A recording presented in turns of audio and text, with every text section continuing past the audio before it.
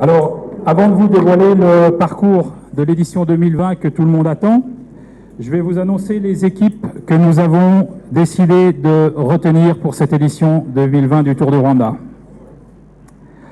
En ce début d'année, Meraoui Kudus, professionnel au sein de l'équipe World Tour Astana, a inauguré le palmarès du Tour du Rwanda en catégorie 2.1. Après 10 années en 2.2, où les Rwandais avaient régné sur les 5 dernières éditions, l'emblématique et sympathique coureur d'Érythrée a remporté l'une des plus belles victoires de sa carrière, et la présence d'Astana avait démontré que certaines des plus grandes équipes mondiales avaient coché le Tour du Rwanda sur leur calendrier.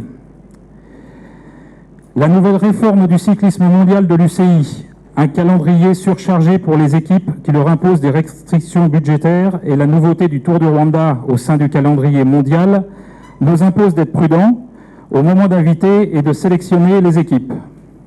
Comme notre épreuve a progressé d'année en année en 2.2, progressivement, nous gravirons les marches pour obtenir la participation de plusieurs équipes renommées et de World Tour. Attirer les plus grosses équipes mondiales est souvent une question de budget très conséquent.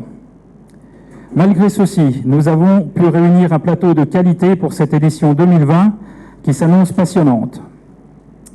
À ce jour, nous avons sélectionné 16 équipes et une 17e équipe sera annoncée mi-décembre. 6 équipes nationales donc ont été sélectionnées. L'équipe nationale du Rwanda aura à cœur de briller sur ses terres et essaiera de renouer avec la victoire. Courageux, les coureurs de l'équipe nationale du Cameroun viendront une nouvelle fois participer à notre difficile Tour du Rwanda. L'équipe d'Algérie, emmenée par l'inépuisable Azzedine Lagab, vainqueur de plusieurs étapes sur le Tour du Rwanda, sera de la partie.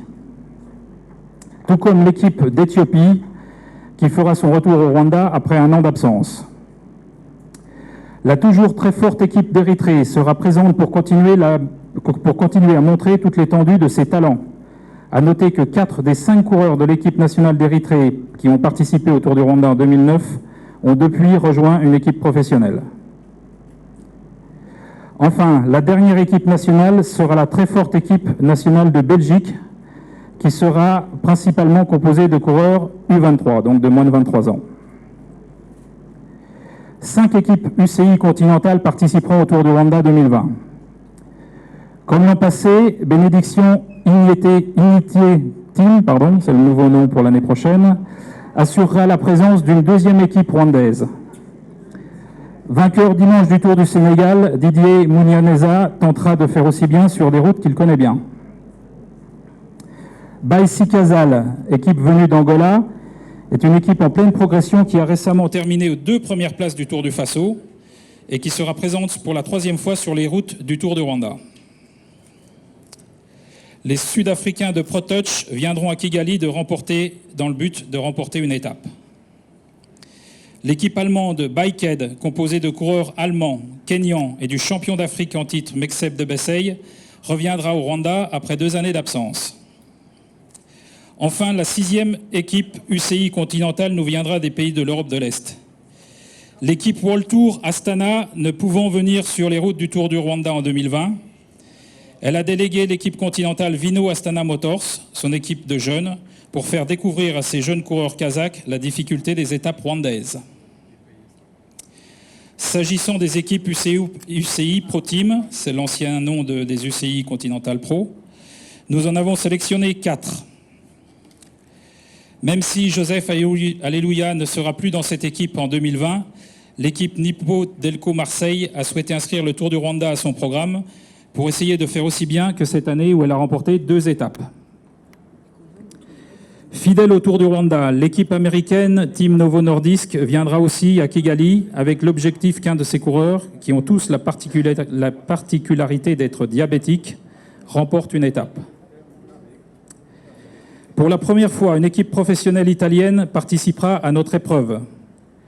L'équipe Androni Giocattoli, équipe formatrice qui participe chaque année au Tour d'Italie, le Giro, a découvert et formé le vainqueur du dernier Tour de France, le Colombien Egan Bernal.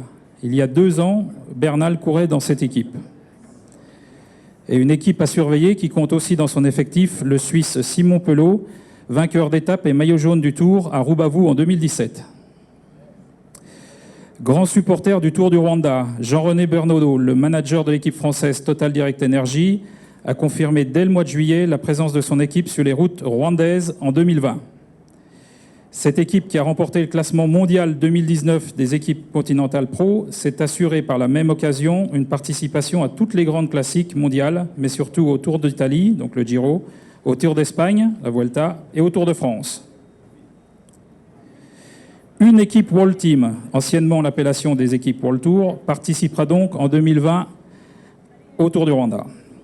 L'équipe Pastana n'ayant pas pu confirmer sa participation en 2020, les équipes World Team seront représentées par l'équipe Israel Cycling Academy, qui a racheté la licence de l'équipe russe Katusha et s'est ainsi offert une présence en World Team. Cette équipe, qui dévoilera son nouveau sponsor, son nouveau nom et son maillot le 11 décembre prochain, compte entre autres dans ses rangs l'Irlandais Dan Martin, vainqueur des classiques Liège-Bastogne-Liège et du Tour de Lombardie il y a quelques années. Voici donc notre sélection des équipes. Ces 16 équipes sélectionnées à ce jour, plus la 17e équipe qui sera annoncée mi-décembre, formeront un peloton de 85 coureurs homogènes qui permettra de désigner un successeur à Meraoui Kudus, qui ne sera pas présent avec son équipe Pastana, mais qui pourrait participer avec son équipe nationale d'Érythrée. Attirer de grands noms et de grandes équipes n'est pas facile, mais d'avoir 2 ou 3 équipes World Team en 2021, on voit loin, autour du Rwanda, c'est déjà un objectif que nous souhaitons, la Ferroissi, le président aimable Bayingada, Freddy et moi-même, nous fixer. Après vous avoir annoncé les équipes qui en découdront sur cette 12e édition, la deuxième en 2.1, vous allez maintenant découvrir le fameux parcours qui sera proposé aux coureurs. Un parcours comme d'habitude très difficile, mais comment pourrait-on tracer un parcours facile au pays des 1000 collines, qui s'appuiera sur des étapes traditionnelles et des étapes nouvelles. Après 11 éditions, il nous est presque impossible de trouver de nouvelles villes-étapes. Beaucoup de place pour les infrastructures aux arrivées et des capacités hôtelières importantes sont nécessaires pour le Tour du Rwanda. Mais notre perspicacité nous permet de proposer des parcours nouveaux, innovants et qui collent à la réalité que Kigali et ses environs créent et goudronnent de très nombreuses nouvelles routes chaque année. Le Tour du Rwanda prendra donc son envol le dimanche 23 février depuis Kigali Arena pour une étape de 114,4 km. Les opérations de départ seront organisées devant le magnifique complexe sportif et les coureurs prendront la direction, comme cette année, de Rwamagana pour y faire le tour de la ville, puis retourner sur Kigali. À l'entrée de Kigali, avant la Palace Hotel, les coureurs tourneront à droite pour rejoindre Kimironko par la montée très difficile, 1 km à 10%, au sommet de laquelle la ligne d'arrivée sera tracée. Mais les coureurs n'en auront pas terminé, car ils rejoindront ensuite la Free Trade Zone pour ensuite revenir sur la ligne d'arrivée au sommet de Kimironko après un tour de 13 km. Il y aura donc 2 passages sur la ligne d'arrivée et donc 2 fois la fameuse montée de 1 km à 10%. Une première étape déjà très difficile. La deuxième étape partira le lundi 24 février de Kigali devant Mick Building pour rejoindre Ouyé. Comme je l'avais déjà dit l'année passée et qui s'est réellement produit, cette étape de moyenne difficulté de 120,5 km est bien souvent une étape clé du Tour ou celle qui désigne le vainqueur final. Mardi 25 février, première très grosse difficulté pour une étape de 142 km entre Ouyé et Rusizi. Cette étape, dans ce sens, est une première qui nous permettra de traverser la magnifique et dense forêt de Nyungwe. Pendant plus de 60 km, les coureurs évolueront entre 2000 et 2500 mètres d'altitude avant de rejoindre les rives du lac Kivu pour une arrivée devant le marché couvert de Rusizi. Mercredi 26 février. Je vois que ça vous fait rire. Les coureurs vont pas rire, hein. L'étape de la peur est indigeste pour beaucoup. Durant toute l'étape, le seul bonheur des coureurs sera de regarder, s'ils le peuvent, le magnifique lac Kivu que nous longerons pendant 206,3 km pour rejoindre Rubavu. 8 côtes répertoriées, et encore ce ne sont que les principales, plus de 4200 mètres de dénivelé pour une étape qui s'annonce très difficile. Près de 5 heures de course attendent les coureurs lors de cette étape. Et cette étape qui est l'une des 2 plus difficiles du Tour de Rwanda. Donc ça c'est la première, vous verrez la suite. La 5e étape, le jeudi 27 février, sera plus facile. Après 3 tours de circuit à Rubavu, les coureurs rejoindront Musanze pour une étape courte de 84,7 km. À noter que les derniers kilomètres de cette étape seront un peu différents des dernières années. Pour éviter les ralentisseurs sur la route principale de Musanze, les coureurs emprunteront d'autres rues pour traverser Musanze, mais les 500 derniers mètres seront identiques aux années précédentes. Vendredi 28 février, 6e étape entre Musanze et Muhanga. La sortie de Musanze ne se fera pas par la route principale, là aussi, mais par une route pavée sur 3 km. C'est des pavés assez faciles. Et les coureurs rejoindront ensuite la route principale à la sortie de Musanze. Ensuite, cette étape longue de 127,3 km passera par Mukamira et Ngororero avant de trouver son épilogue à Muhanga, ville-étape où le Tour du Rwanda n'avait plus fait étape depuis 2014. Après l'arrivée de l'étape vers 12h30, le seul transfert du Tour du Rwanda, 50 km, environ 1 heure de route, permettra aux coureurs de rentrer sur Kigali par bus. Le samedi 29 février, 2020 étant une année bissextile et Umuganda oblige, la 7e étape Kigali-Kigali se déroulera en début d'après-midi sous la forme de contre-la-montre individuelle de 4,5 km. Tracé dans le quartier de Nyamirambo, le départ aura lieu devant l'école Intwali et l'arrivée sera jugée à Mirongwine, juste après le sommet du mur de Kigali. Et ces fameux pavés. Ça sera donc la première fois que les coureurs monteront le mur de Kigali lors d'un contre-la-montre.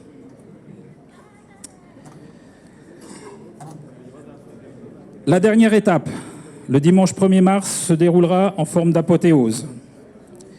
Si l'étape Rusizi-Rubavu était l'une des 2 plus difficiles, cette huitième étape est l'autre étape très difficile, peut-être même plus difficile encore que celle de Rusizi. Après un départ de Kigali Expo Ground, les coureurs rejoindront Rebero après une première montée pavée. Au passage sur la ligne d'arrivée tracée au sommet de Rebero, après les pavés, nous aurons un circuit de 40 km à effectuer 2 fois. Ce circuit très exigeant permettra aux coureurs de rejoindre Nyamirambo, puis Kimisagara, Nyabugogo. Nous prendrons la route de Houillé avant d'attaquer à la sortie de Kigali la montée en direction de Norvège.